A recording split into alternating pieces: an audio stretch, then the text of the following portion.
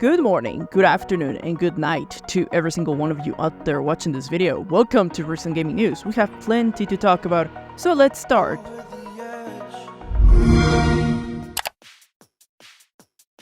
Major updates at Xbox after last week's turmoil. This week on Thursday, an official statement of the big Xbox business update will be announced. In this presentation, the Xbox executives will speak about the moves that Xbox will be making as a company.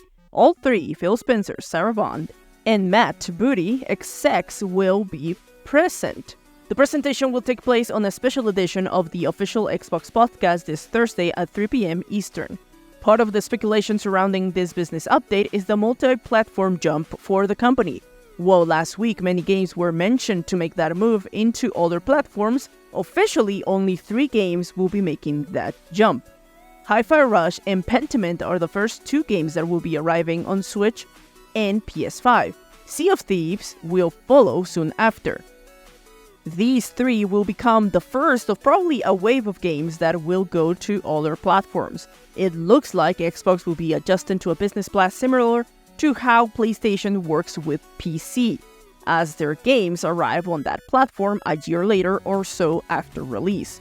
Similarly, Xbox might be looking into releasing their games a year later to other platforms.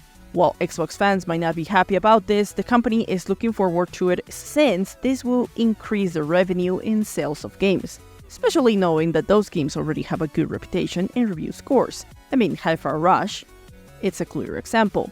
Another update that will probably be mentioned during the podcast is Xbox's position with physical media. During the Activision layoffs, it circulated that Xbox dismantled the physical media department. Many took this news as Xbox leaving the console market. However, Phil Spencer assures developers that Xbox won't be exiting the console market anytime soon. More details will be revealed on Thursday. I'll cover them on the next gaming news episode. The battle between platforms within PC continued to clash. Epic Games has managed to get a few exclusives to its platform. One of those, the recent and finally out of development hell, is Dead Island 2. Today, publisher Deep Silver has confirmed that the game will be available for purchase on Steam. The exclusivity deal with Epic Games ends this upcoming April.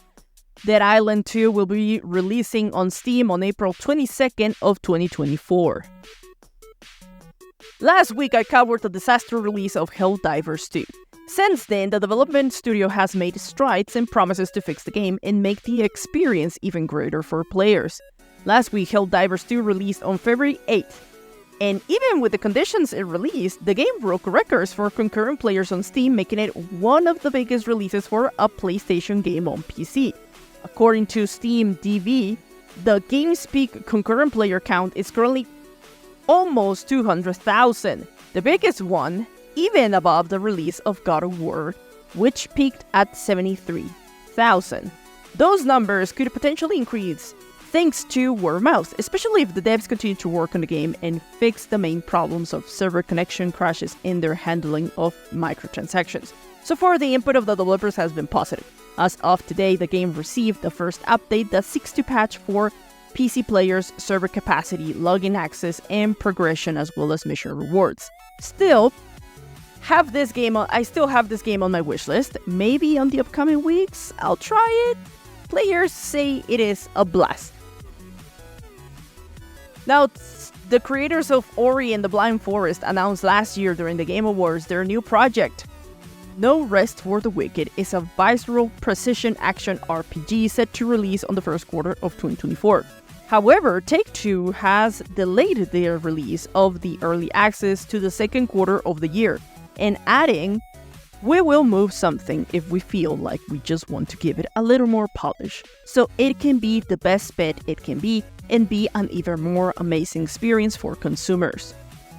While we wait, and if you want to see more about the game, Moon Studio plans to offer an in-depth look at No Rest for the Wicked gameplay and systems during a digital showcase on March 1st.